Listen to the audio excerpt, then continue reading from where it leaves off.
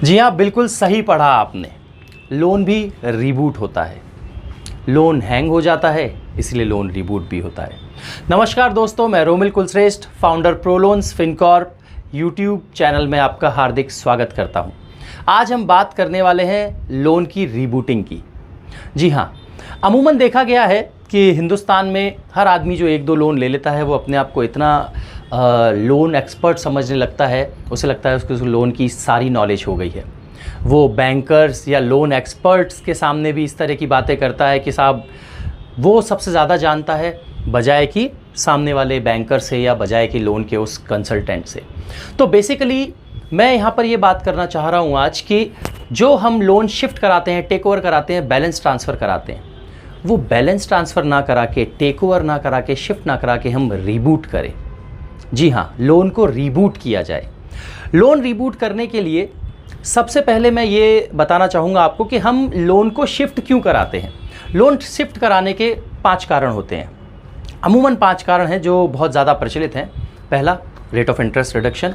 हमें लगता है कि हमारे लोन की रेट ऑफ इंटरेस्ट ज़्यादा चल रही है, हमें कम रेट ऑफ इंटरेस्ट का ऑफ़र आ रहा है, तो हम उसको रिड्यूस करा लें।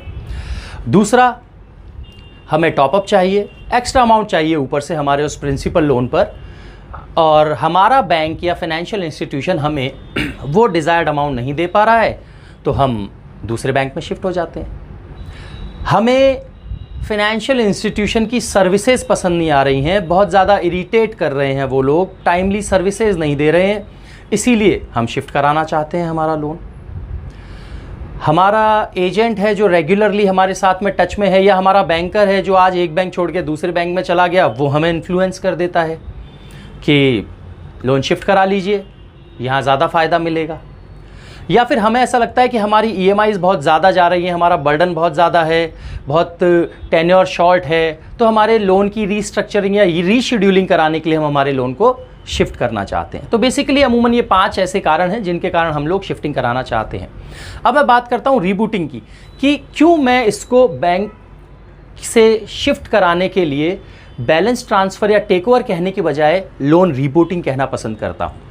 रीबूटिंग को हम 4R से समझेंगे। 4R। शर्मा जी का एक लोन चल रहा है 1 करोड़ रुपए का एक्स बैंक से, और इस लोन को चलते हुए लगभग 2 साल हो गए हैं। शर्मा जी ने कभी पलट कर नहीं देखा कि लोन क्या चल रहा है, कैसे चल रहा है। अचानक एक दिन किसी एक्सपर्ट के साथ बैठे थे, स्टेटमेंट मंगवा लिया लोन का, तो पता लगा कि जो लोन उनका 8% रेट ऑफ इंटरेस्ट पे चल रहा था, उस लोन का रेट ऑफ इंटरेस्ट बढ़ के 9.5% हो गया है। शर्मा जी का माथा चकरा गया कि क्या करें। अब सामने वाले सज्जन ने बोला कि लोन को ट्रांसफ़र करा लेते हैं, हमें 8-8.25% की रेट मिल जाएगी। शर्मा जी तुरंत राज़ी हो गए कि ठीक है जी, लोन ट्रांसफ़र कराओ। अरे शर्मा जी रुको ज़रा, क्यों लोन ट्रांसफ़र कराना है पहले ये तो बताओ।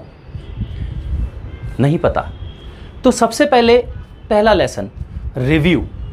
हमें हमारे लोन को quarterly, half yearly, monthly basis पर रिव्यू करते रहना चाहिए। रिव्यू में हमें किन बातों का ध्यान रखना है?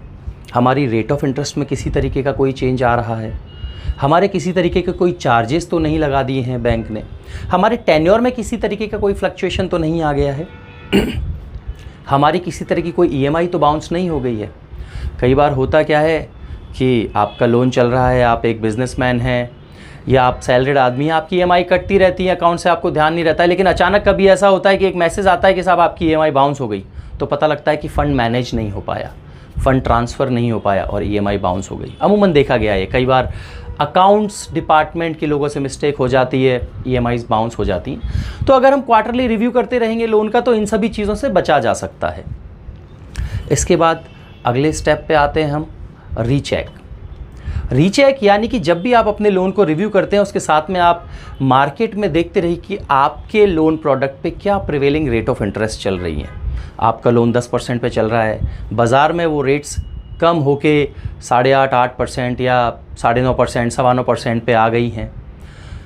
उसमें जो लोन एक्विजिशन कॉस्ट है, यानी जब भी आप लोन लेते हैं उसमें जो भी खर्चे लगते हैं, वो सारे खर्चे की कोई स्कीम आई हुई है, ऑफ़र्स आए हुए हैं, वो खर्चे बहुत मिनिमल हो गए हैं।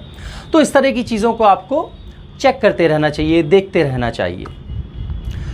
तीसरा पॉइंट आता है रीकैलकुलेशन। जब भी आप रिव्यू करते हैं जब भी आप रीचेक करते हैं अपने लोन को और कभी आपको लगता है कि यार शिफ्टिंग करानी चाहिए, तो एक बार रीकैलकुलेट करें सारी चीज़ों को।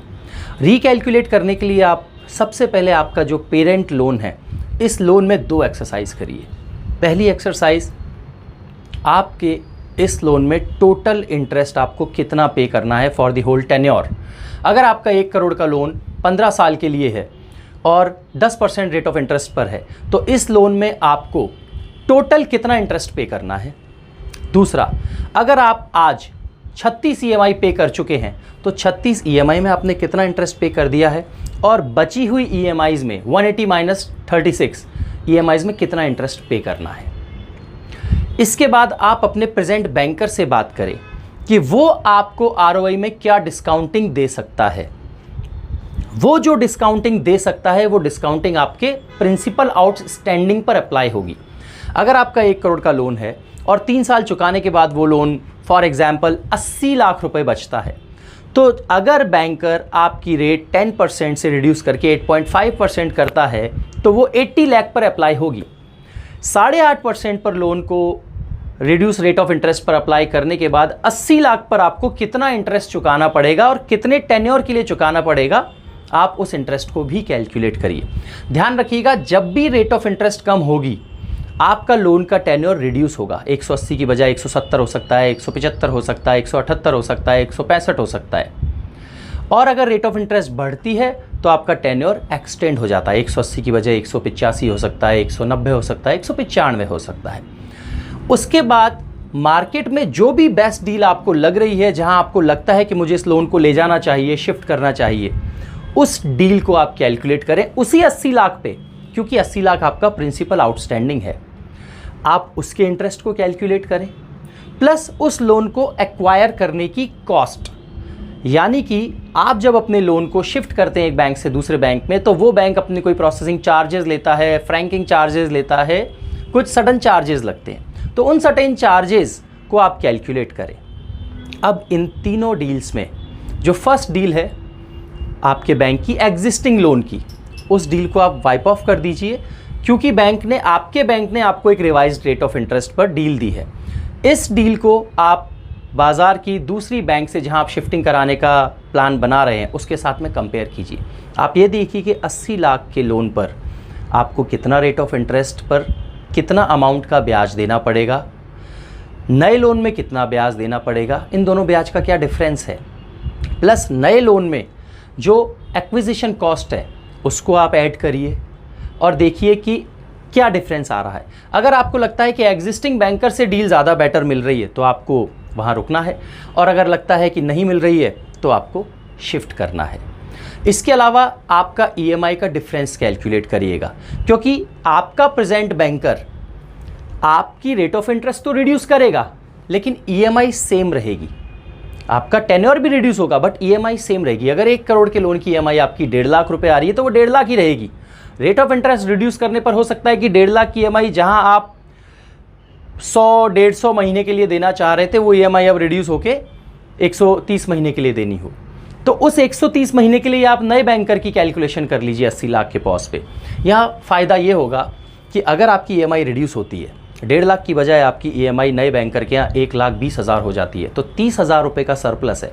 30,000 रुपये के सरप्लस का मतलब हुआ कि साल का 3,60,000 रुपये का सरप्लस आपने अपनी बैलेंस शीट में बना लिया। एक लिक्विडिटी क्रिएट कर ली 3,60,000 रुपये की आपने। वो लिक्विडिटी भी आपका नोशनल प्रॉफिट है, उसको भी आप अपनी कैलकुलेशन में ऐड करिए। फिलहाल इन 3 स्टेप से आपको ये पता लग जाएगा कि कौन सी डील आपके लिए बेहतर है। अब आपको केवल रीबूटिंग का बटन दबाना है। डील फाइनल है, सामने है, आपको रीबूटिंग का बटन दबाना है, कमांड देना है रिटेंशन या शिफ्टिंग। आप रीबूटिंग करेंगे रिटेंशन के लिए, यानी उसी बैंक में रुकेंगे, या आप शिफ्टिंग करेंगे, एंड जस्ट डू दिस। तो ये जानकारी है जो बेसिकली मैंने दी, क्योंकि अमूमन लोन इंडस्ट्री में loan shifting, take over, balance transfer बहुत होता है, बहुत फ्रीक्वेंटली भी होता है, बहुत ज़्यादा होता है। बट इस चीज़ को आप इन 4R के प्रोसेस से ज़रूर देखिएगा, बहुत फ़ायदा होने वाला है। आशा करता हूँ कि आपको ये वीडियो पसंद आया होगा। इसी उम्मीद के साथ कि मुझे बहुत सारे लाइक मिलेंगे, आप मेरा चैनल सब्सक्राइब करेंगे और इस वीडियो को ज़्यादा से ज़्यादा शेयर करेंगे। मैं आप लोगों से विदा लेता हूं। और हाँ, जाने से पहले एक बात और, मेरा अगला वीडियो जो मैं बनाने जा रहा हूं आप लोगों के साथ जल्द ही शेयर करूंगा। उस वीडियो में मैं बहुत ख़ास जानकारियां देने वाला हूं लोन लेते समय रखने वाली सावधानियों की। वो सावधानियां जो rate of interest, processing fees और दी चार्जेस उन सब से बहुत अलग हैं। ऐसी सावधानियां जो सावधानियां लेने के बाद आपको कभी लोन लेने के बाद पछताना नहीं पड़ेगा। तो उस वीडियो को ज़रूर देखिएगा।